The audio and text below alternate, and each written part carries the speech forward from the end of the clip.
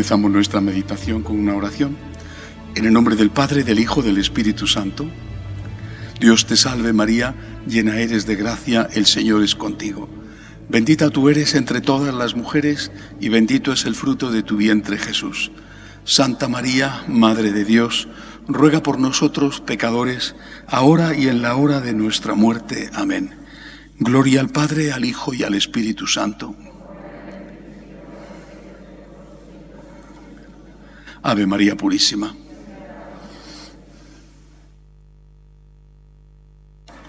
El mes pasado os decía que el objetivo de este curso, si Dios quiere, es presentar una forma de evangelizar adecuada a nuestro tiempo. Y utilizaba un ejemplo que puede ser fácilmente comprensible y que a mí me viene de familia. Por mis padres ponía el ejemplo del comerciante. Si uno quiere vender un producto, lo que no puede empezar es por decir cuánto cuesta el producto. Tienes primero que presentar qué maravilloso es, ¿no? Qué suerte tienes si consigues este producto. Bueno, y luego al final, es verdad, hay que decir el precio. Bueno, pero también hay que saber a quién le presentas el producto, ¿no? Es decir, que eso tiene que ir a un mercado concreto, a un tipo de público concreto. ¿Qué necesidades hay en el mercado de ese producto? Bueno, este análisis de mercado lo hacen siempre por lo menos los empresarios que tienen una cierta magnitud, ¿no? que van a poner en el mercado algún objeto que tenga necesidad o capacidad de ser comprado por muchas personas. Por eso me parecía que lo primero que teníamos que hacer era saber cómo está el mercado.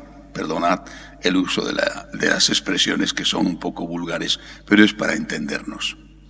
¿Cómo está la sociedad? Hablo de la sociedad occidental, Europa, Estados Unidos, pero sobre todo, muy especialmente Europa, Estados Unidos y Hispanoamérica en menor medida, pero también porque cada vez llega más allí. Después, poco a poco se irá contagiando al resto del mundo, es decir, Asia o África. Y decía, lo primero que tenemos que ser conscientes es que no estamos no solo en el mundo de nuestros mayores, nuestros abuelos, bisabuelos o padres, sino que la situación actual es totalmente inédita. Nunca en 2000 años de historia ha habido una situación como esta. No solo 2000 años de historia cristiana, sino que me atrevo a decir que nunca en toda la historia de la humanidad ha habido una situación como esta. Así que el mes pasado intenté explicaros cómo hemos llegado a esta situación. Una situación, dije, como rasgo general, se caracteriza o por la indiferencia ante el cristianismo y ante el hecho religioso, o por la agresividad. La inmensa mayoría de nuestros vecinos, amigos, hijos, esposos, esposas, la inmensa mayoría son indiferentes ante el hecho religioso, cristianismo, cualquier otra religión, o incluso son agresivos. ¿Cómo hemos llegado a esto? Es importante saberlo para conocer cómo tenemos que presentar el cristianismo, el catolicismo, a personas que consideran que eso no tiene ningún valor para su vida o que incluso es nocivo para su vida, que es malo para su vida. Indiferencia, agresividad. Chesterton dice en una ocasión que el cristianismo se impuso al paganismo y considera que la sociedad actual, la sociedad de su tiempo, él muere antes de la Segunda Guerra Mundial, que la sociedad de su tiempo, imaginaos, aunque Inglaterra estaba más avanzada en la secularización que España, que la sociedad de su tiempo era una sociedad pagana. Aunque me gusta muchísimo Chesterton y estoy de acuerdo con él, esta vez es una excepción. Esta no es una sociedad pagana. Él dice, el paganismo terminó por claudicar ante el cristianismo y esta sociedad pagana también le ocurrirá lo mismo. Esta no es una sociedad pagana, no lo es. El paganismo, yo vivo en Roma, es decir, que lo sé, el paganismo tenía multitud de templos. Ahí están las ruinas, algunos todavía se conservan intactos, otros han sido transformados en iglesias. El paganismo era una sociedad multicreyente, todo tipo de dioses, pero creyente. Muy de una fe mágica, supersticiosa, sí, es verdad, pero al fin tenían fe.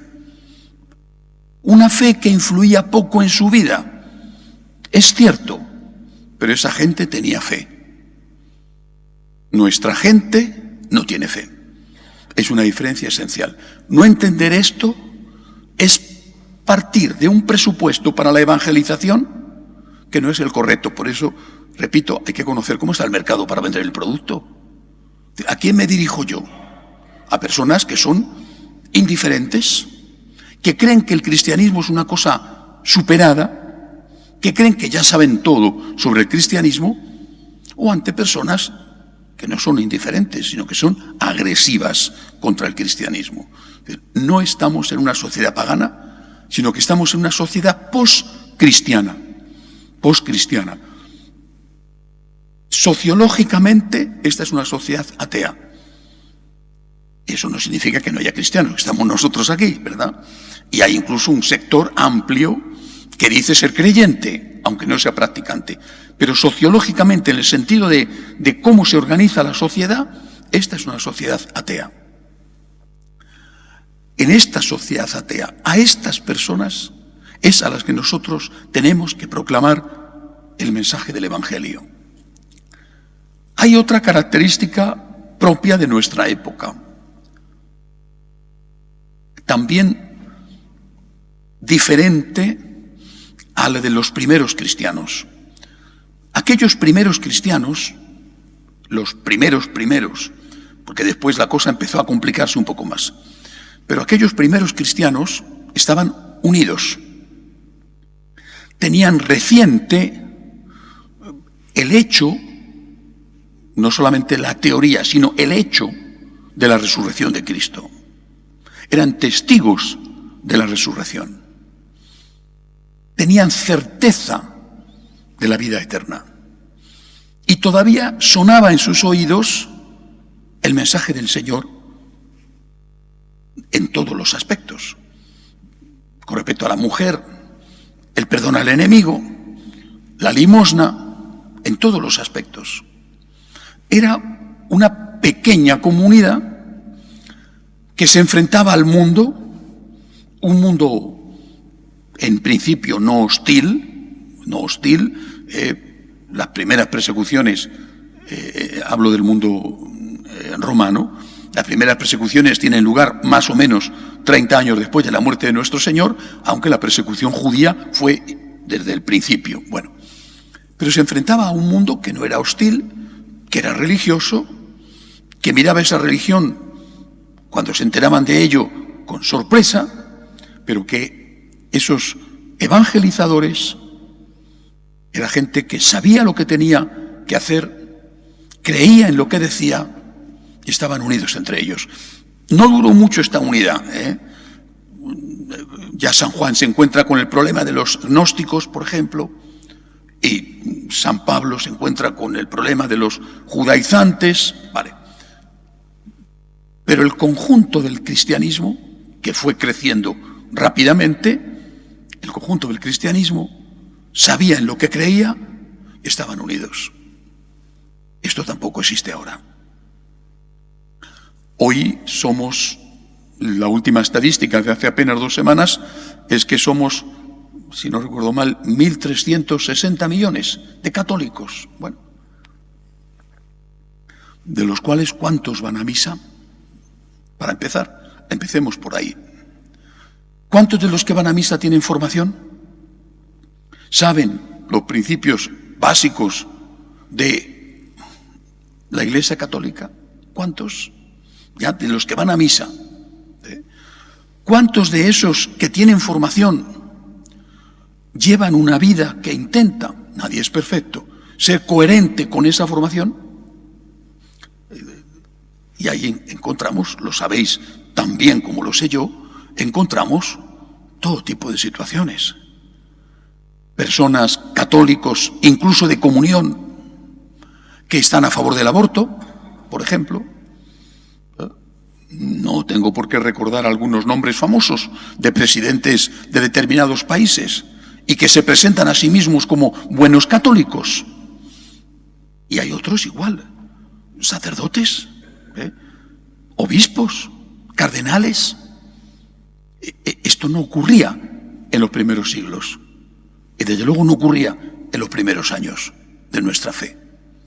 Por tanto, hoy la Iglesia Católica no es una iglesia unida, no es una iglesia donde sus miembros sean conscientes de cuál es su fe y cómo tienen que vivirla, y que cuando no son capaces de vivirla, entonces son conscientes de que están fuera, que han cometido un pecado y se reconcilian y piden humildemente perdón. Esto ya no es así.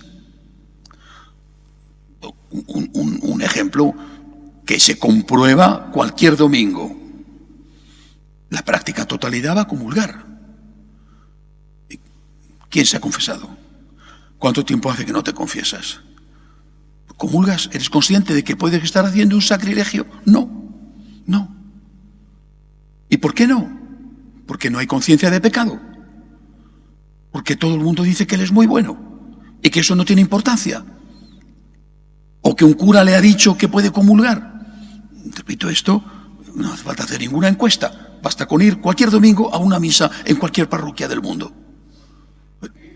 Tenemos un problema, por lo tanto, con respecto a fuera de nosotros y con respecto a la situación interna. Por eso Jesús, en una ocasión, les dijo a sus apóstoles que fueran primero a las ovejas descarriadas de Israel. Es decir, que fueran primero a evangelizar a los judíos.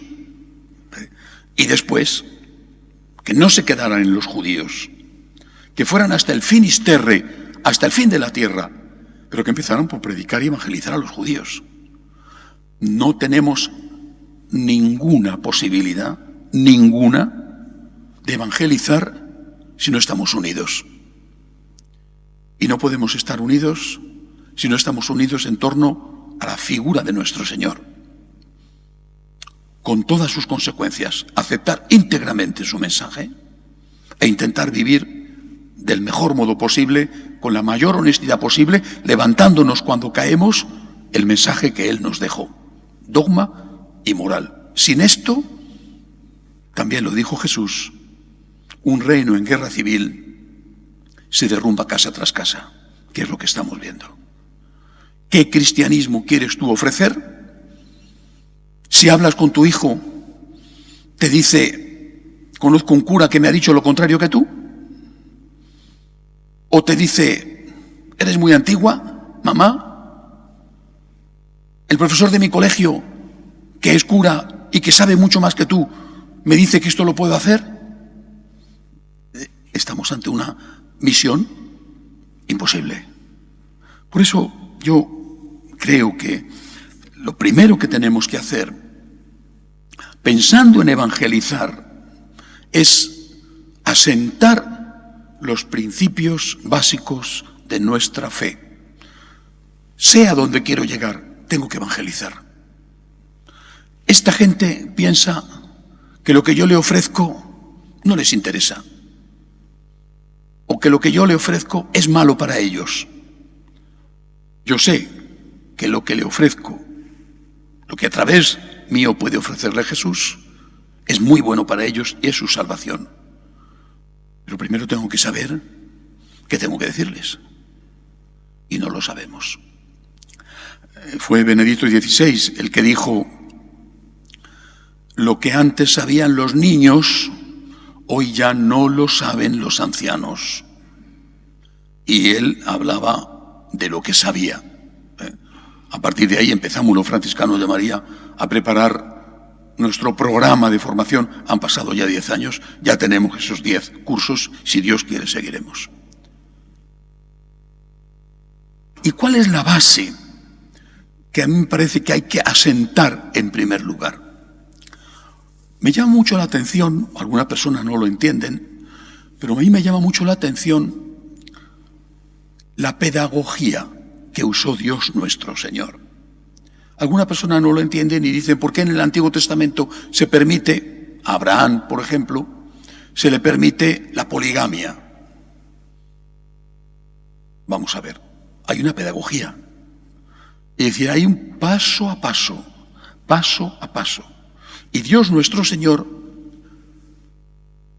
sabe que tiene que producirse esa pedagogía para llegar a una meta.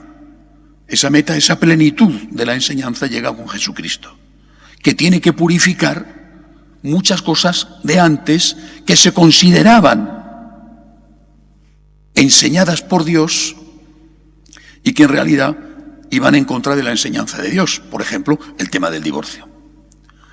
Pero hay que empezar con esa pedagogía, poquito a poquito. Con respecto a Dios, ¿qué es lo primero que aparece como revelación, como enseñanza? Y es muy curioso que lo primero que aparece como enseñanza es algo que ya sabía todo el mundo, entonces, no ahora.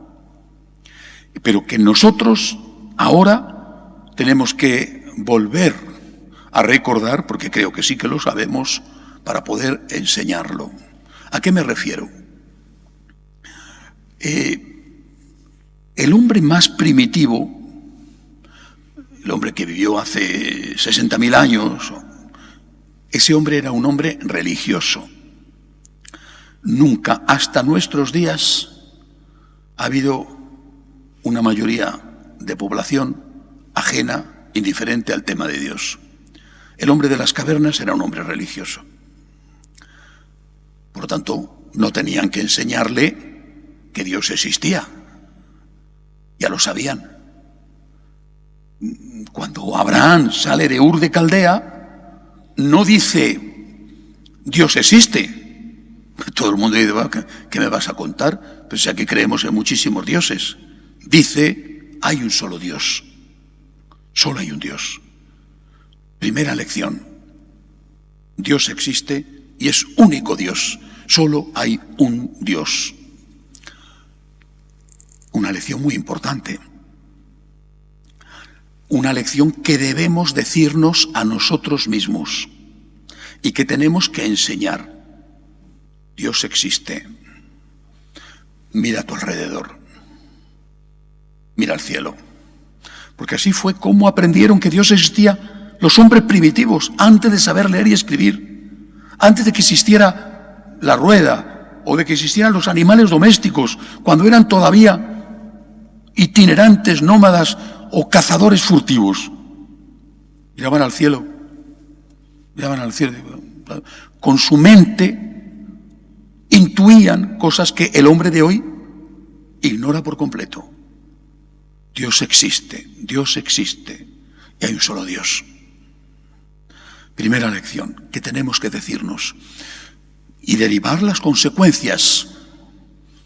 Dios existe, hay un solo Dios. ¿Eso qué significa? Que yo no soy Dios y que tú no eres Dios. Si yo no soy Dios, no puedo presentarme ante ti como Dios. No puedo pretender que tú me adores. Yo no soy Dios. No puedo pretender que tú te sacrifiques por mí, como si fuera un sacrificio de un animal en un templo pagano. Yo no soy Dios. No lo soy. Pero, como yo no soy Dios, y no puedo pretender, por lo tanto, que tú gires en torno a mí como si yo fuera el centro del universo y tú fueras un vulgar planeta que está en mi órbita, como yo no soy Dios, tampoco tú puedes pedirme a mí que yo te solucione la vida. Yo no te puedo solucionar la vida, puedo ayudarte, quiero hacer todo lo que puedo, pero yo no te puedo solucionar la vida. Yo, en la medida en que puedo, lógicamente habrá obligaciones que cumplir, en un caso más, en otro menos, ¿no? No es lo mismo la obligación con un hijo que con un extraño. Pero yo no te puedo solucionar la vida, porque yo no soy Dios. Tenemos que entender esto, que es de una profunda y muy eficaz sabiduría. Lo sabían nuestros ancestros, lo hemos olvidado. Dios existe, Dios es único y yo no soy Dios. Por lo tanto, yo puedo ayudarte, quiero ayudarte, pero no puedo ir más allá. ¿Cuántos problemas están ligados a esta pérdida real de la fe entre los creyentes? No digamos entre los no creyentes. Yo no puedo resolverte la vida, pero ¿cuántos intentan resolver la vida del otro? Una cosa es ayudar, que sí debemos hacerlo, con más responsabilidad en unos casos que en otros, y otra cosa es decir, es que me siento frustrado porque no he podido evitar esto. Pues es que no puedes evitarlo. Has hecho todo lo que has podido, quizá te equivocaste en algún momento, porque nadie es perfecto, en la educación, por ejemplo. Pero ahí está la cosa, es que es otra persona y tú no eres Dios. Y hay que decírselo al otro, Yo no soy Dios para ti. No me pidas milagros que no los sé hacer. Dirígete al Dios que sí puede hacer los milagros. Yo no soy Dios para ti, yo te quiero ayudar, yo te debo de ayudar, yo ni puedo pedirte que me adores, ni puedo solucionarte la vida. Pero tú tampoco eres Dios para mí. Yo no lo soy para ti, pero tú tampoco para mí, No me pidas, por lo tanto, que gire en torno a ti. Yo no te pido que gires en torno a mí, pero tampoco me lo puedes pedir tú.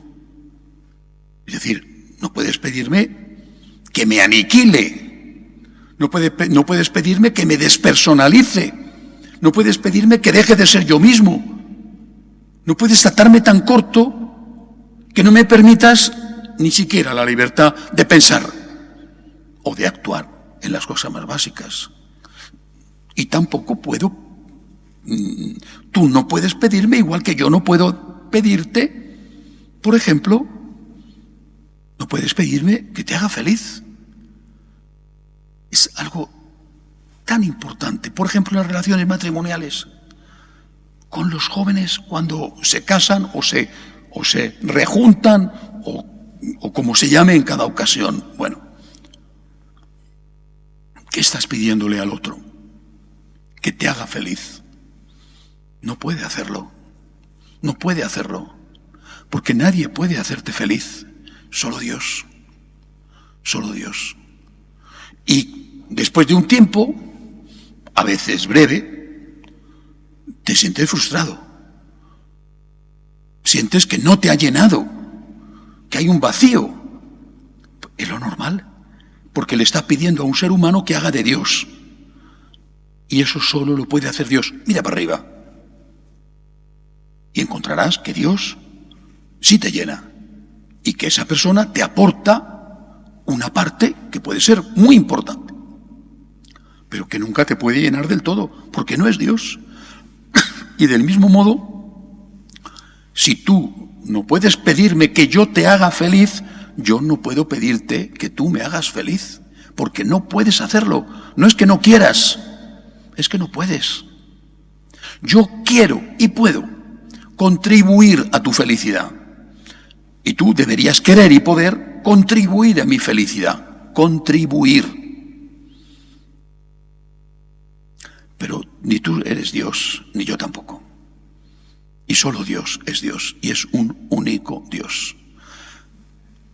Entender esto, repito, es algo que sabía la gente hace miles de años y que hoy ya no sabemos.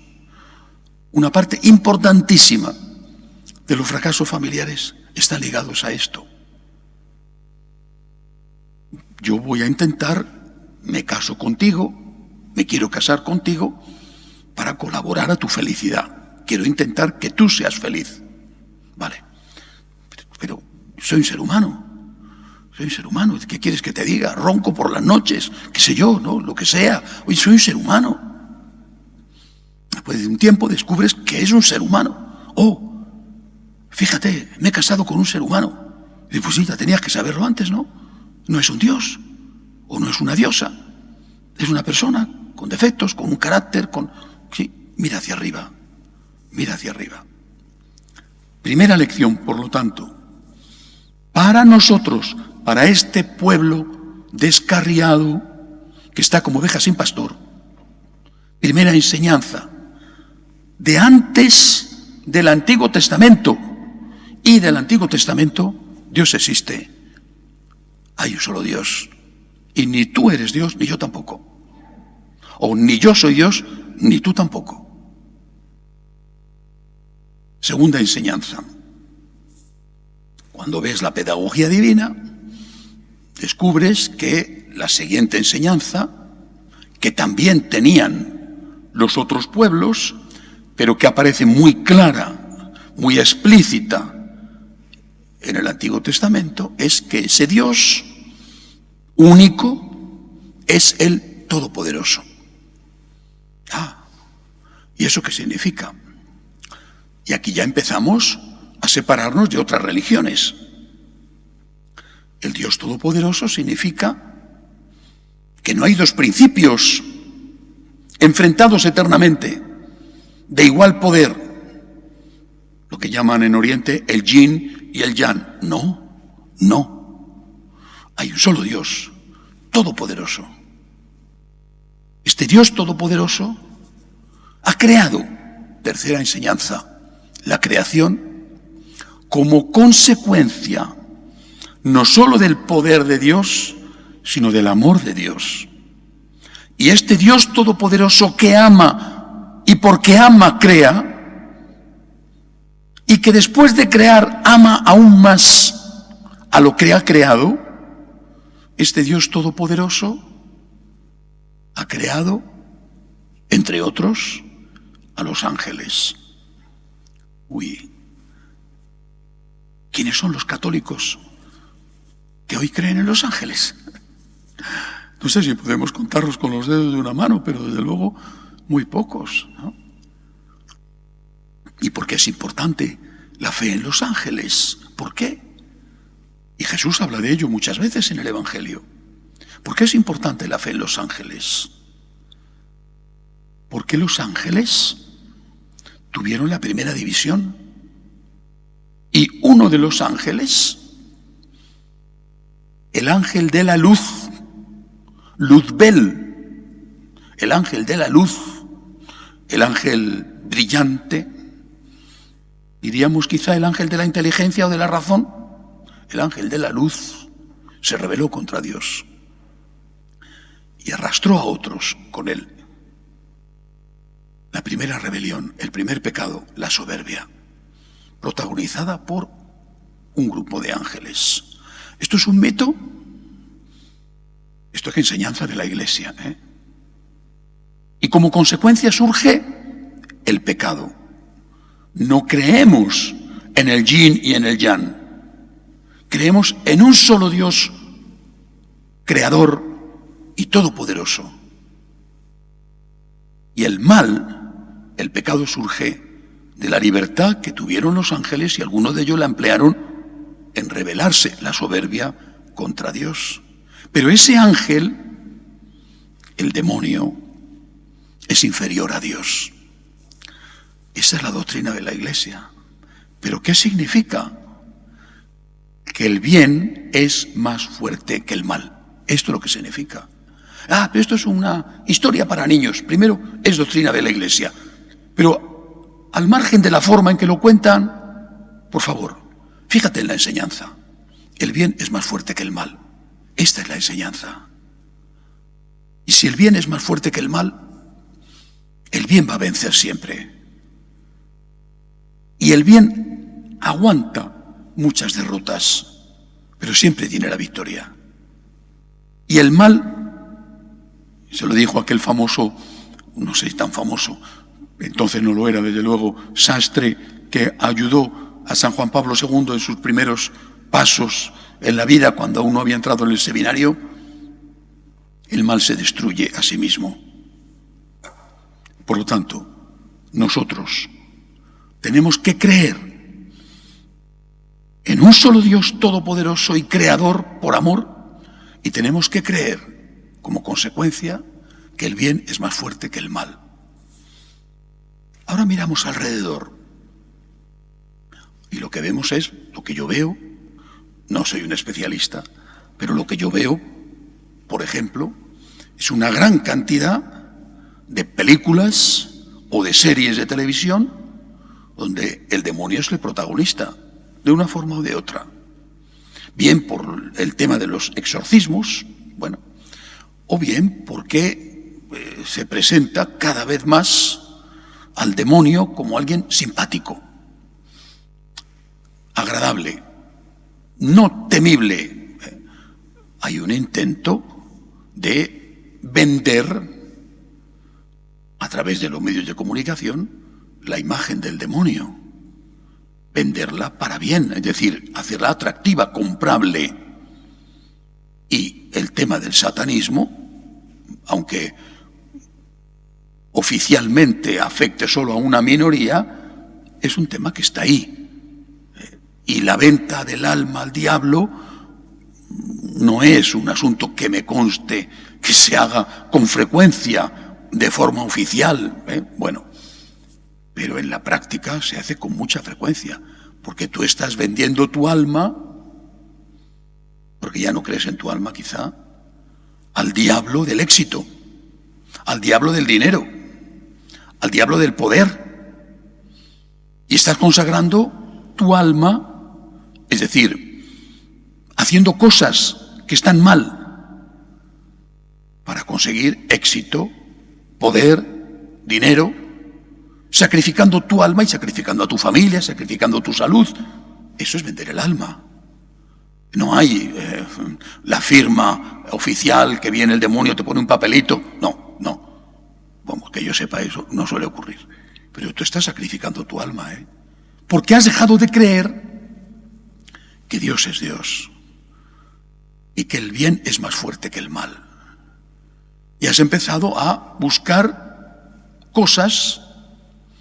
He puesto estos tres ejemplos y por supuesto hay más. Por ejemplo, la pornografía.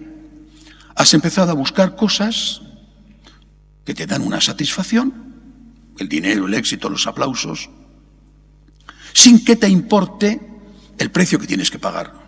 La mentira o la calumnia, el robo, la corrupción, no te importa. Porque has pensado que Dios no te puede dar eso.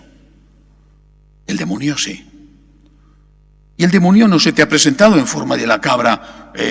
No, el demonio se te ha presentado diciéndote que si renuncias a tus principios, caso de que los hayas tenido alguna vez, vas a tener éxito o vas a conseguir ese objetivo.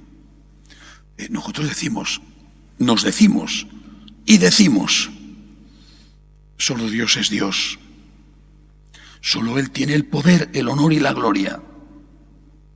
Solo Él puede ayudarme a un campo misterioso. Lo hay, a un campo misterioso. ¿Por qué sufro? ¿Por qué enfermo? ¿Por qué no tengo trabajo? ¿Por qué ese hijo mío me está haciendo sufrir? ¿Por qué? Bien, es un campo que contestará a Jesucristo de una forma totalmente original. Pero de momento, aquellos antiguos rechazaron la adoración del demonio, que lo tenían sus vecinos, y que les ofrecían sacrificios humanos. Por ejemplo, los dioses Baales rechazaron la adoración del demonio y dijeron, nosotros confiamos en Dios. Es Dios el que nos dará la victoria. Y no este becerro de oro al cual tengo que sacrificar a mis hijos porque no lo voy a hacer. Y eso lo hacen muchos. Sacrifican a sus hijos al becerro de oro No llegan y les cortan el cuello a los niños, no. Simplemente los dejan abandonados para dedicarse a ganar dinero. Con la excusa, dicen, de que así comprarán una casa mejor o le pagarán un colegio mejor. Cuando quizá lo que sus hijos querrían es estar en un colegio que no fuera tan bueno, con un automóvil que no fuera tan excelente, en una casa que no fuera tan maravillosa, pero estar un poquito más con su papá o con su mamá. Bueno, pues eso es adorar al demonio. Yo tengo que adorar a Dios. Dios es el único que tiene poder para ayudarme. Bueno, no puedo ser mucho más hoy, pero yo creo que hay otra cosa importante que hay que decir de este Señor único, todopoderoso y creador. Y es ligado al concepto de creación. Necesario decirlo en este momento que estamos viviendo. Lo mismo que Luzbel fue una creación de Dios que se rebela contra Dios, la naturaleza es una creación de Dios. Nosotros, católicos, no adoramos la naturaleza, no la adoramos. Solo ante Dios doblamos la rodilla. Solo Dios es Dios. Así de sencillo. Yo te digo, no soy Dios para ti. Tú no eres Dios para mí. No te puedo pedir que gires en torno a mí. No me pidas que gire en torno a ti. No me pidas que me despersonalice. Ni te pido que te despersonalices. No me pidas que te haga feliz. No te pido que me hagas feliz. Debes pedirme que contribuya a tu felicidad y te pido que contribuyas a la mía. Hasta ahí puedes llegar, hasta ahí puedo llegar. Y no voy a vender mi alma buscando dinero o placer, porque solo Dios es Dios. Pero, del mismo modo digo, la Pachamama es una diosa pagana. Con todo el respeto que merecerán los dioses paganos, en el sentido de que no creo en ellos, no creo en su existencia, pero las personas que los adoran, creo que están equivocados. Bueno, muy bien, yo les respeto a ellos en cuanto que personas. Si están adorando a la Pachamama en la región de los Andes o en la Amazonía o en Roma, yo te respeto a ti, eres una persona que tiene un credo distinto del mío. Respeto a un musulmán, respeto a un budista, respeto a un ateo. Creo que tu credo es falso, o que tiene por lo menos cosas falsas. Te respeto a ti como persona. Y pediré que en la medida en que tu fe no perjudique a otros, naturalmente tengas derecho a profesar tu fe. Claro que sí. Pero tu Dios es falso, y yo no me voy a poner de rodillas delante de él. La Pachamama no existe. Lo mismo que no existía Júpiter, o Zeus, o Venus, o Marte. No existían, eran dioses falsos. Y esto los primeros cristianos tuvieron el valor de decírselo en la cara. Y ahí están los primeros escritos, por ejemplo, cuando los católicos empezaron a defenderse de los ataques de los paganos y se lo dijeron en la cara. Tu Dios es un Dios falso. Pues hay que decirlo, perdóname, pero la Pachamama es una diosa falsa. Yo te respeto completamente que tú creas en la Pachamama y que te pongas de rodillas delante de la Pachamama. Yo te respeto a ti como persona. Eso es una diosa falsa, No me pidas que yo me ponga de rodillas porque no lo voy a hacer. Soy franciscano. Soy hijo de una tradición que llama a la tierra hermana, que la respeta, que la defiende, que quiere cuidarla, pero que no la adora. San Francisco nos enseñó a distinguir entre los dioses de los bosques, los dioses de los ríos, Neptuno, el dios del mar, o su esposa Cibeles. Nos enseñó a distinguir que los bosques no tenían dioses, ni los ríos tampoco, ni los océanos tampoco, que solo había un Dios, y que eso era una bellísima criatura de Dios. El hermano bosque, la hermana hormiga, la hermana cigarra, la hermana muerte y naturalmente la hermana tierra. Esto hay que decirlo. Tenemos que decírnoslo. no adoro la tierra. No puedo adorar a la Pachamama. Adórala tú si quieres, yo te respeto, pero yo no voy a adorar la tierra, ni voy a adorar los dioses de las fuentes. En la Piazza Navona de Roma está esa bellísima fuente espectacular con los 4 hombretones que representan a los 4 ríos famosos de la antigüedad. Bueno, es una escultura del Renacimiento que volvía al paganismo desde el punto de vista artístico y que simbolizaba, porque los paganos sí lo creían, que cada río tenía una deidad. Había un dios del Nilo. Bueno, cuando empiezan a hacer esas obras de arte, por otro lado, preciosas, son maravillas esculpidas en mármol, no significa que los que la están esculpiendo creyeran que de verdad existía el dios del Nilo. Pero es que hay algunos que ahora que sí creen que existe el dios del Nilo. No sé cómo llamarán al dios de las cloacas. A lo mejor es al que más adoran. En cualquier caso, yo soy católico. La Pachamama es una diosa falsa que no existe y no la voy a adorar. Ni a la Pachamama ni al Pachopapa. No voy a adorar a nadie más que al único Dios que existe, el único Dios verdadero. Y a este único Dios verdadero es al que yo debo todo mi honor, todo mi respeto y toda mi adoración. Los demás son hermanos. En este sentido, nosotros nos acercamos a la naturaleza con respeto, para cuidarla, para defenderla, para evitar su deterioro, pero no para adorarla. La adoración a la naturaleza no va con nosotros. Que hay hoy católicos que adoran a la naturaleza o que hacen gestos de adoración. Hace ya muchos años que llevamos con esto, Hace ya muchos años, pero muchos, que los provinciales de todas las congregaciones religiosas de Latinoamérica se reunieron en Brasil y tuvieron una oración conjunta donde adoraron, no sé qué había en su corazón, pero los gestos eran así, a la Pachamama y al dios Viracocha. Allá ellos. Quizá es porque ya en ese momento, y hace ya muchos años, ya habían perdido la fe. Pero nosotros tenemos que tener una fe coherente para poder presentarla. Y no podemos tener esa fe coherente en un único Dios todopoderoso si resulta que después, aunque sea con gestos que tendrán el simbolismo que tengan, pero que son gestos que significan algo, nos ponemos de rodillas delante de una imagen esculpida por los hombres.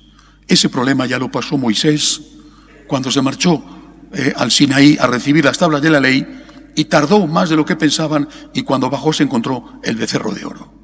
Y lo primero que hizo fue destruir el becerro de oro, ponerlo en el fuego, licuarlo y hacer que se lo bebieran los que lo habían esculpido. No podemos adorar a ningún Dios más que a Jesucristo, Hijo único del Padre, Dios Padre y Dios Espíritu Santo. Un solo Dios y 3 personas distintas. Todo lo demás es paganismo. Todo lo que ha ocurrido con la Pachamama, no entro a juzgar la buena intención del que lo ha hecho o de los que lo han permitido. Eso lo sabe Dios. Pero todo lo que ha ocurrido con la Pachamama ha sido un escándalo, no solo para los católicos, sino para muchos protestantes. Porque, lo dijo un obispo español que ha trabajado muchos años en Brasil, porque antes decían, adoran a la Virgen, cosa que no es verdad. Amamos a la Virgen, pero no la adoramos. Y ahora dicen, adoran a la Virgen y a los ídolos que estaban aquí en América antes de que llegaran los primeros cristianos. Bien, vamos a ir paso por paso, mes a mes, pero hoy quisiera que esto os quedara claro.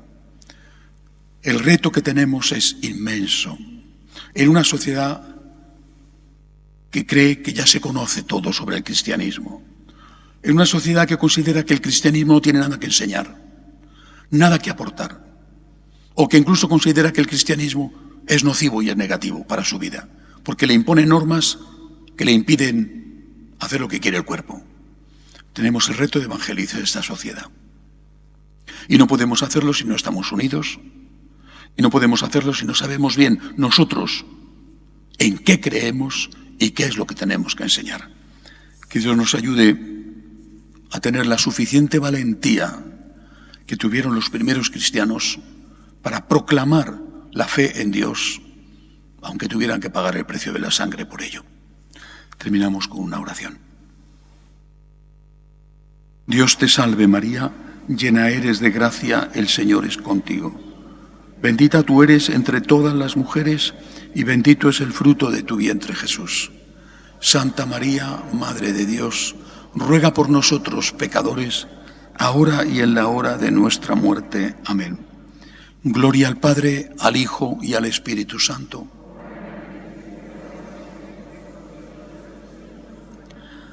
Ave María Purísima. Bien.